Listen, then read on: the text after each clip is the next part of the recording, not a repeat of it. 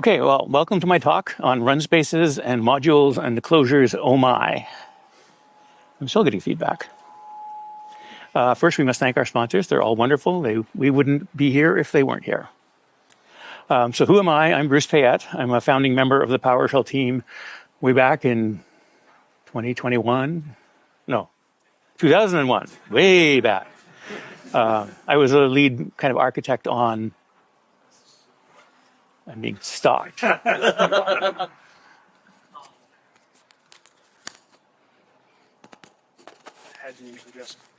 Yes, frequently. Okay, see if that's better. So, founding member of the PowerShell team, I was the sort of tech lead architect of the language and the internal low-level engine design. I invented DSE. I'm happy to see that it's still showing some life. I wrote a bunch of books. They're thick. They might be here. And then after Microsoft, I was a principal software engineer at Amazon, also working on PowerShell. So the goals of this talk, I think the one that everybody wonders is, what the heck is a closure after all? So before we get to that, we're going to go through a bunch of definitions. And because closures involve state management, we're going to look at how state is managed and implemented and exposed in a PowerShell, in executing PowerShell script. Look at some of the types that are used, look at how things fit together, and look at a couple of the APIs. Then we'll look at what you can do with closures.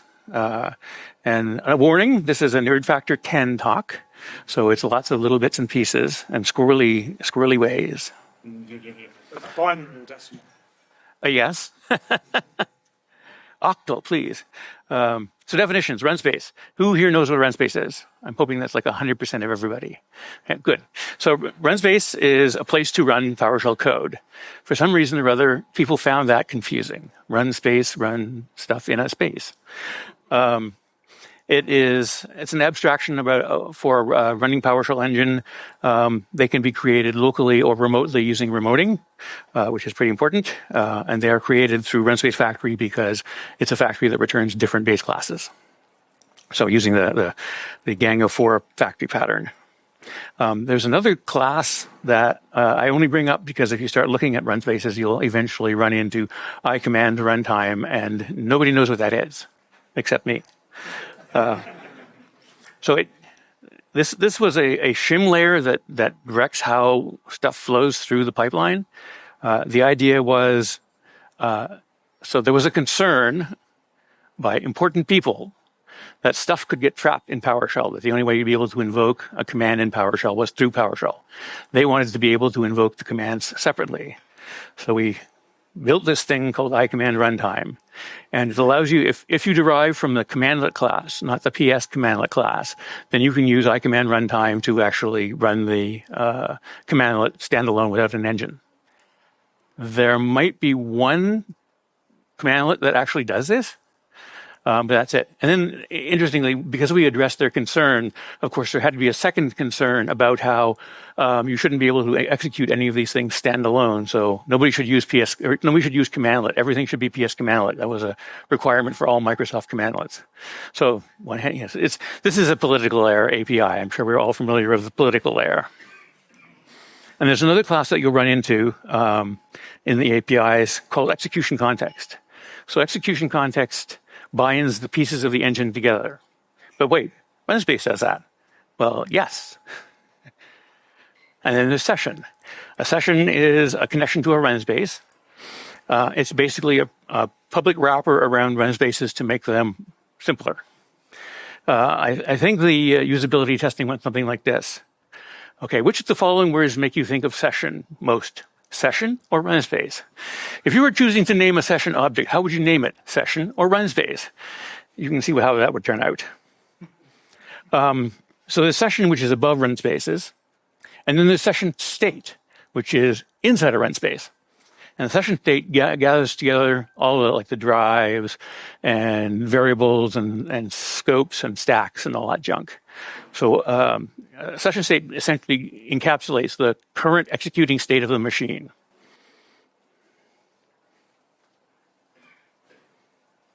So more definitions. I mentioned scope a minute ago. So a scope is so in aggregate, you have a whole bunch of state, but for each function that gets called, you have a local state called a scope. And the scopes are all stacked together. PowerShell is what's called dynamically scoped, which means that your parent scope is the scope of the function that called you, not a scope of the function where you were defined, which is lexical scoping.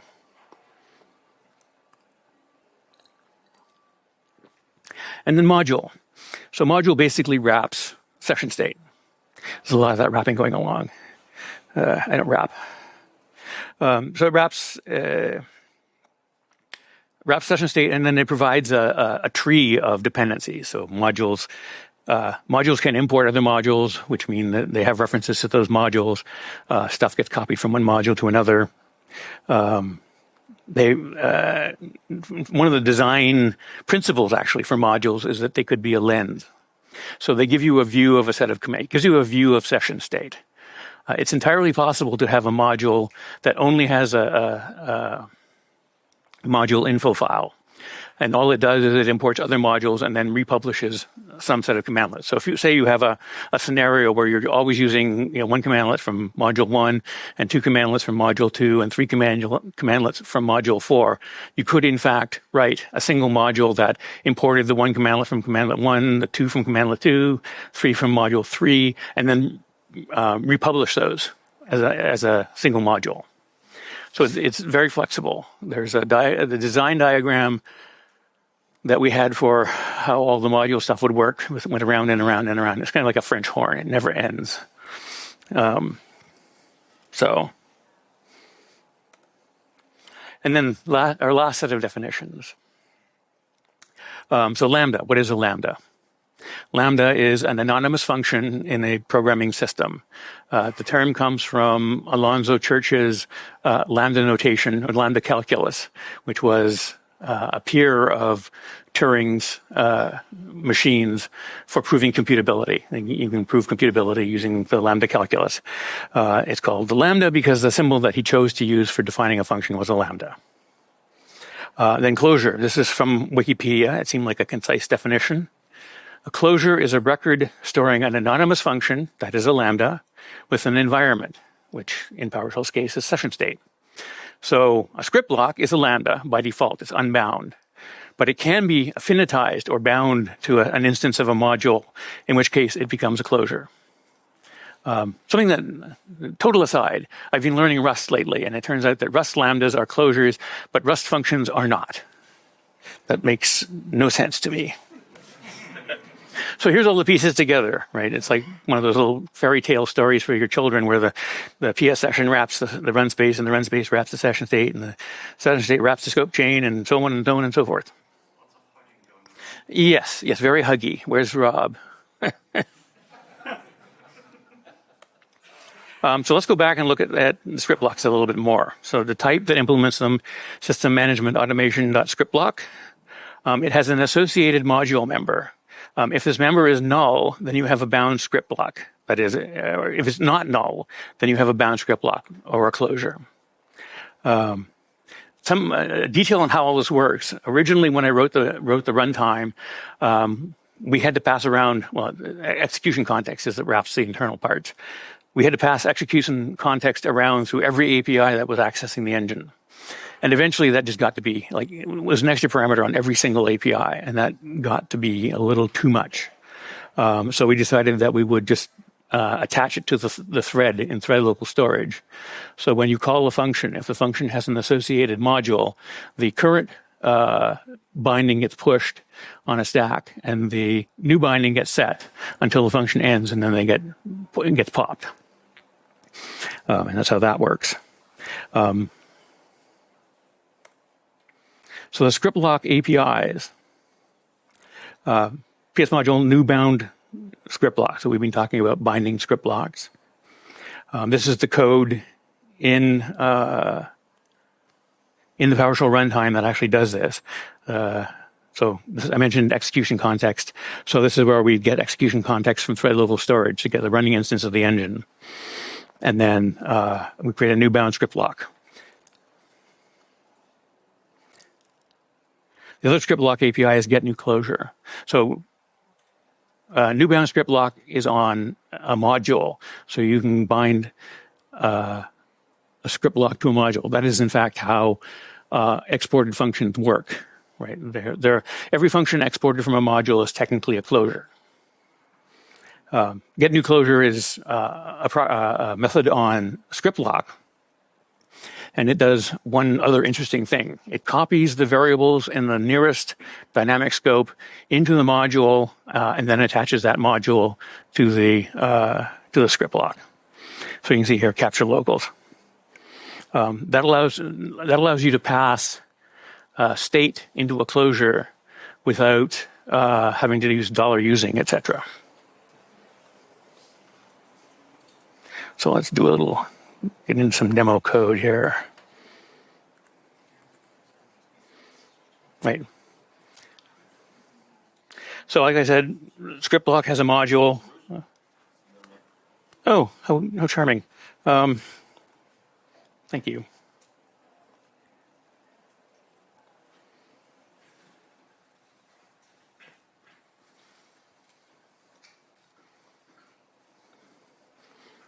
There we go. That's the easiest way to do it.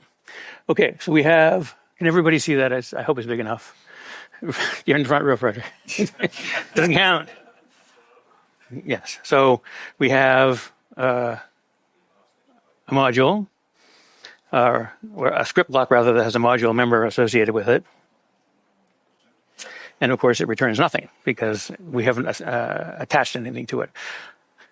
So first we need to create a module. I'm going to create a module that contains one script scope level variable called counter, or count.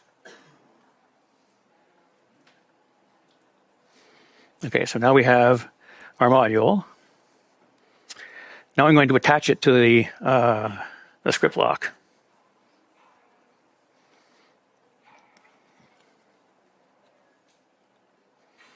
And so now we have a bound script block. It's showing up.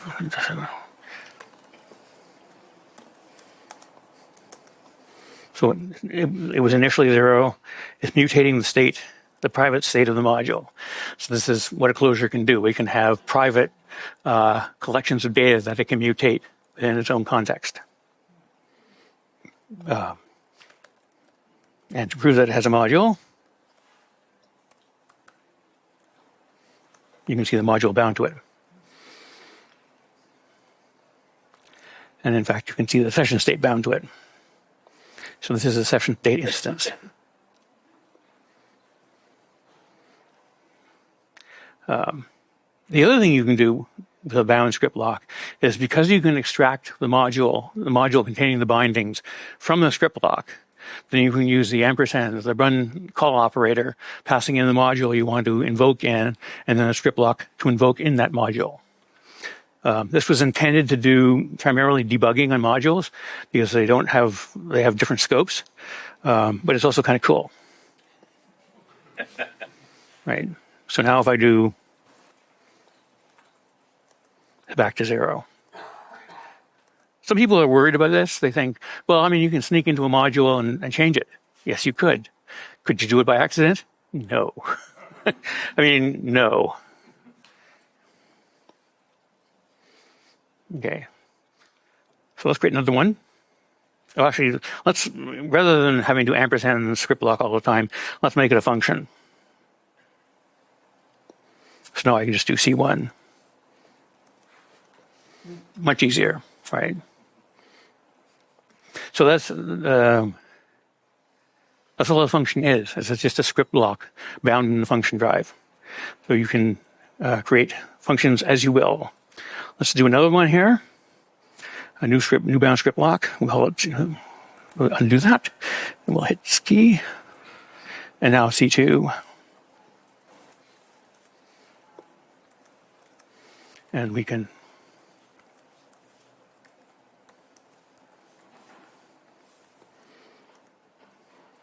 so that they are, in fact, independent variables or independent closures. So that's taking a module and binding it to a script block. getting a closure does it all in one step. So we're going to define a function here, a convenience function that will build me counters. So every time I want a new counter, I just call it with the initial value. And now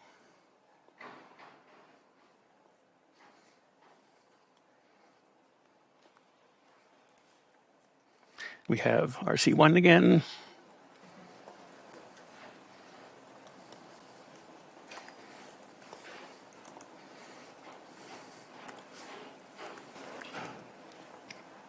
Are those script scope variables available actually in your PowerShell session there, or are they local to? They're local to the bound module. So if I set dollar, Right. So my brain's overheating. yeah, it does that. I said it was a nerd core kind of talk.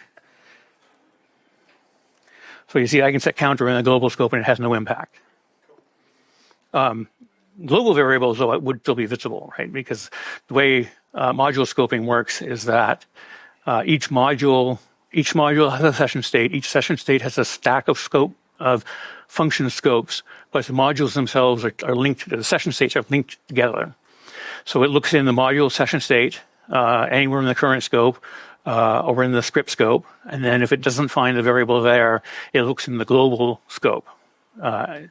At the root, not the depth. So it doesn't look in the dynamic, it doesn't look in the current scope of the immediate dynamic caller.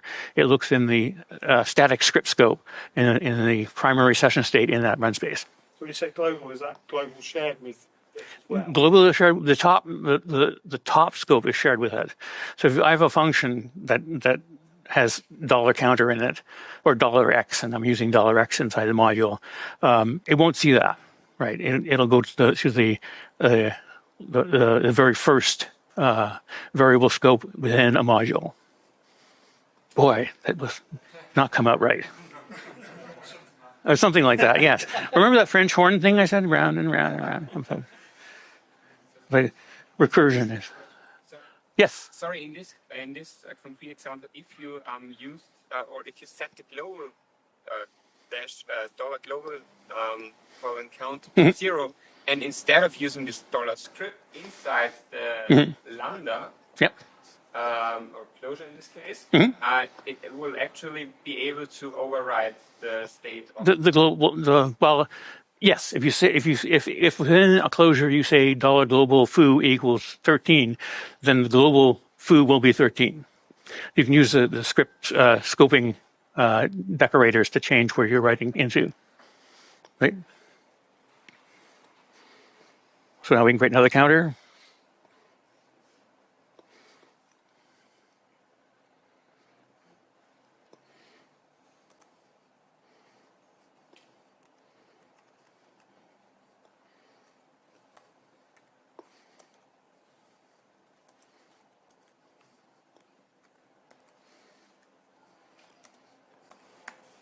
I probably should have called these C3 and C4, so I could do all four of them. But it is what it is. Okay, so that's what a closure is. Does anybody have any other questions before we move on to the next bit? I have an interesting one, sorry. I've got a weird situation for backwards compatibility where I have a module code that I need it to be able to inject values into me caller's session state. And I basically get around that by making the caller give us the session state. Yeah. So I can do it. Is there a way to get to the caller's session state without it explicitly passing it through? No.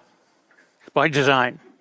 I had thought of creating a new scope called $parent, which would be the caller or $caller, I suppose. $caller, cool. So that would have been the immediate dynamic scope, and then you'd be able to manipulate it.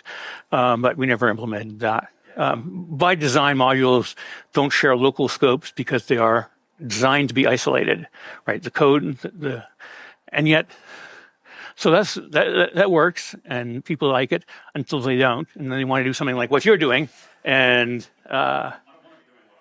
yeah, well, yes.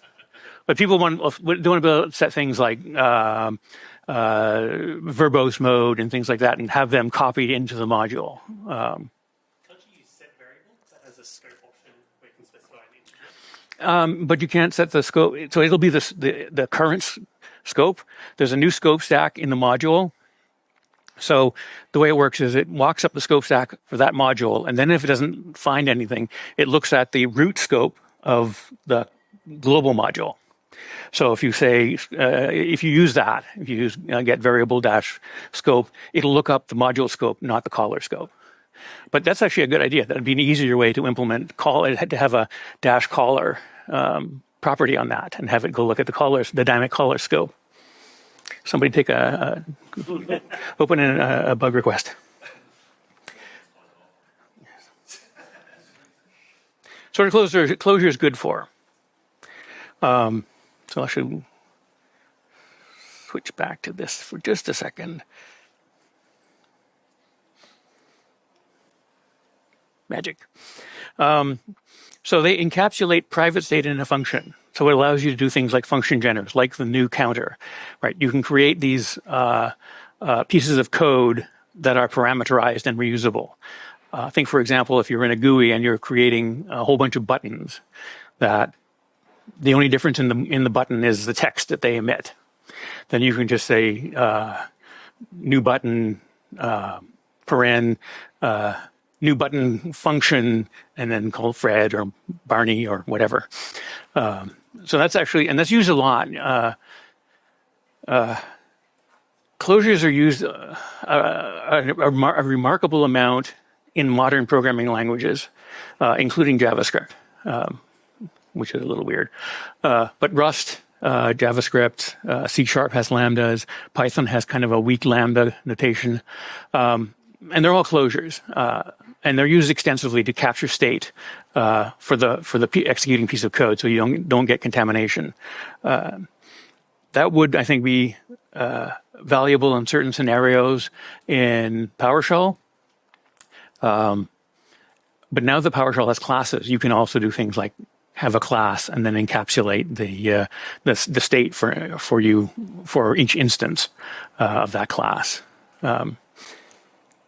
It would be nice if you could just take a method info and then assign that to $function : my command and have the method info get turned into a function, and then you could do a closure using a class rather than session state. In fact, that's how closures are implemented in a lot of languages. That secretly under you say, or a lambda, you say lambda, and it's secretly creating a new module, a new object under the covers for you. The other way of doing lambdas is what's called lifting. So rather than having a locally defined function, it takes the local function, moves it into the global scope, and then adds extra parameters for the free variables, for the variables that it's getting from its unclosing state. Did anybody follow that? I'm not sure I did. But it's called lambda lifting. You can read all about it. C# does that, I think. And then the other one would be concurrency. The way we do concurrency in PowerShell with Runspaces and thread jobs and remote jobs, we have $using, which is pretty okay if you have a very small function. If you have a large function that has a mixture of variables you want to inherit from the parent's context and local variables, then if you forget to put $using in front of one, then suddenly your script ceases to work in any conceivable manner. Just very hard to debug. The nice thing about a closure is that it goes through the script, finds all the free variables. Free variables are variables that are not assigned in the body of the script. So they're free, right, as opposed to bound. And that works really, really well. And I did an implementation of that just before leaving Microsoft. I had a nice implementation that used the task parallel library, and it had it used sane Runspace pooling, not the Runspace pooling that we have currently, where you could have as many concurrent jobs as you wanted, but there was a fixed number of Runspaces, and the Runspaces would get reused as required. That feature was implemented for PowerShell workflow, which was not a success. So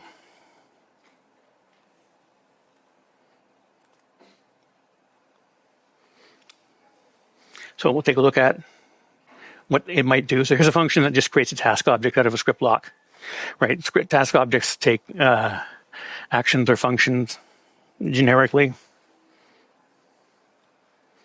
right? So now once you have my message, that should in theory be encapsulated in a closure. Oops, that's not what I wanted.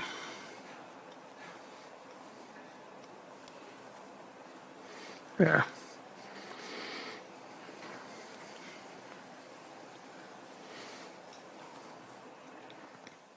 And now we'll use our task thing to create a task that writes a message to standard output. And now let's look at, let's run this thing.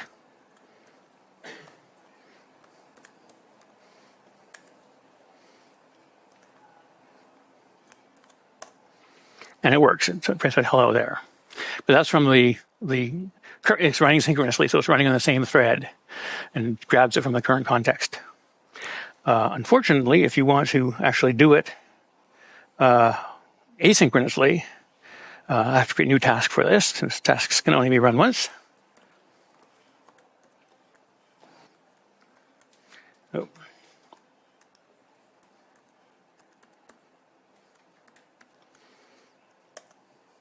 Nothing happened.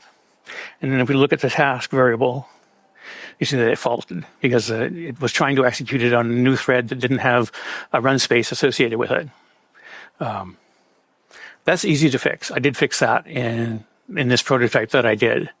And so you could simply cast a script block into a task, and then you have a running task. So it made concurrency very easy. And it was pretty efficient. In terms of concurrency, because you reuse run spaces, you didn't have the run space creation overhead every time. But that never got chucked in. But it was fun.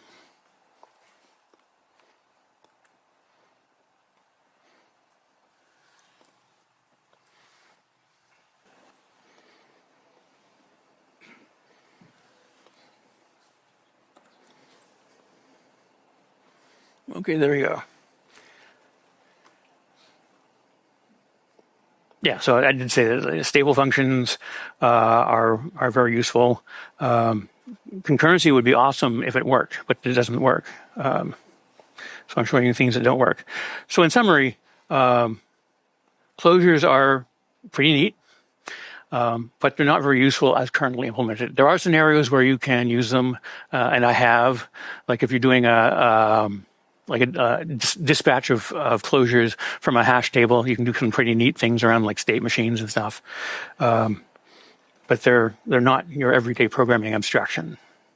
But they could be fixed. They could be fixed to work properly, to work the way you expect, with not a lot of effort. One of the other places where it doesn't work. So if you do if you start job with a closure, it'll strip the closure off because it turns the script block into a string, sends a string target, and so you don't get any variable propagation. That would be easy to fix, easy-ish to fix, but I don't think that's going to happen unless people ask for it. But, like I said, modern programming closures are used extensively to manage state. Actually, historically, in things like programming language like Lisp, Lisp didn't have complex objects. So what you would do is do what's called continuation passing. So when you're done this step, do the next step, where it would create a closure with the necessary variables bound into the closure, and then when it completed, the next guy would execute. And you can do some kind of very spiffy stuff. I have a piece of code that does unification, which is, I'm not going to explain unification. Never mind. So everybody does them. They would be, it would be awesome if they were actually in PowerShell, but I'm not holding my breath. My talks and the example code are available on GitHub. They're not quite to the final version because, like everybody else, I was tweaking my deck till the last minute. I didn't tweak it during the presentation. Give me something. So at this point, we'll open it up for questions. That example that you had in your previous slide with the start thread job, you said that it doesn't work, right? Yeah, it doesn't work properly because it Because the Runspace doesn't have that module. Well, it actually does. It does have it, but it the way it works, it doesn't copy state.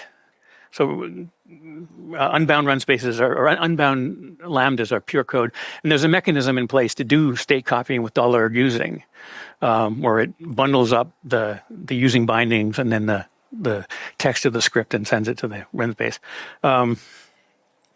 But yeah, this is one of the things that should work, or start job, start thread job. There's a bunch of other places. Invoke command, passing in a script block. But unfortunately, they don't work. But Steve is here. You can complain to him. And actually, both Steves are here, so you can complain to them in parallel. For each in parallel bug Steve.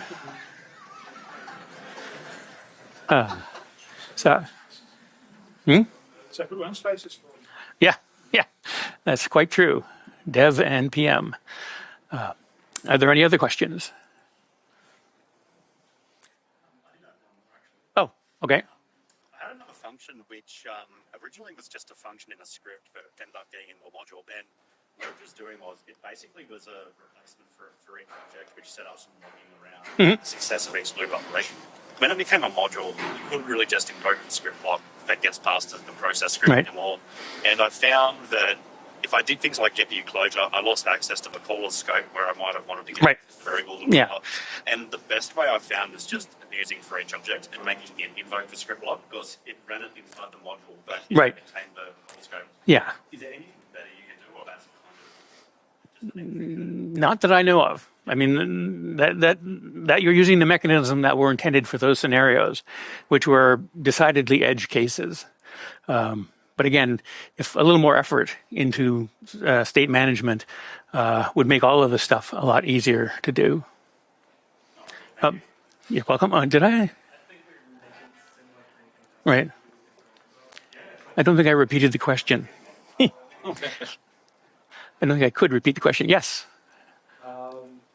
So show Pattern can use closures to have like a state tied to an instance, right? Right. Similar for having something tied to a function. So in Vester, we are generating mocking functions for Right. and then to attach state to them, what we do is that we find the object of the function, add a property on it, and then we add some object. Right. Built in or there, because this seems like a big hack. Yep. So the question was, from Jakub, I have this big hack that I'm doing. Is there a better way to do it? And my answer is no. Again, it's a scenario that I sort of thought about because I think all this stuff is squirrely and cool, but it's not something that's there today. You might be able to write C# code that manipulates the various members of the, like one of the things that I didn't see, I have newbound script block, but it would be easier if the module property was simply writable, and then I could just say $scriptblock.module equals new module blah, right? And in fact, you could take the same script block and rebind it multiple times. It would be even cooler if you did a module chain. So you could have plus equals $module, $module. So you have all sorts of interesting chains of bindings. So there. Yes. Is the script that the doors will scope figured out? Because I think we're like in Vester again running the bounds inside of the new script files. Right. Well, yeah. So what happens is that the script block is bound to a module, and that module is attached to the root of the global scope. But it's just the root. So even if you execute it inside another module, that module will be completely ignored. It's the module that's bound to the script block that matters. That's where it would be interesting to be able to bind multiple, like have a chain of modules. So you could take a module that contains a certain amount of state and then augment that state by binding another module. I have a chain of modules.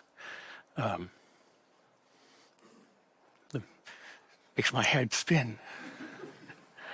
Okay. Are there any other questions? Yes. How expensive is it to create a module object? Like if you create It's moderately expensive, right? Because it's creating creating almost all of an entire run space. So Session State is the big memory suck. So before we decided to do .NET classes, I did a prototype of classes based on this mechanism. It took me a weekend to do because most of the pieces were there. I just had to tweak a few things.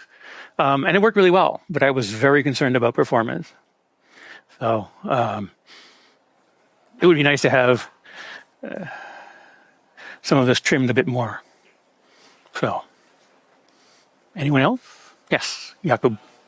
Not focused.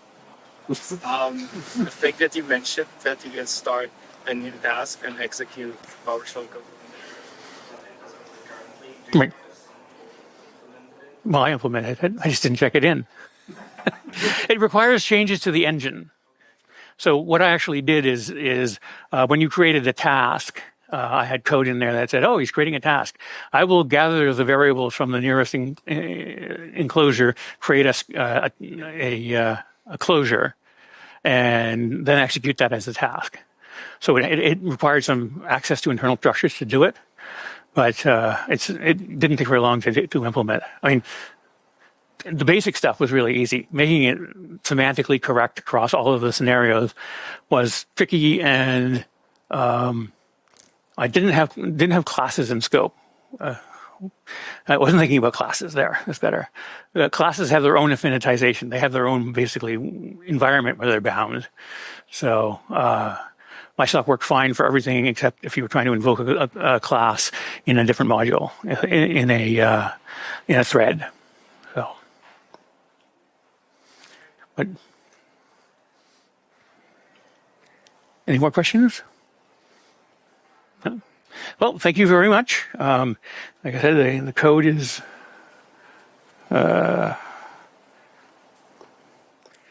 there. The PowerPoints are there. They're not updated. I'll update them in a few minutes, and then it will be all good. Thank you very much for your attention.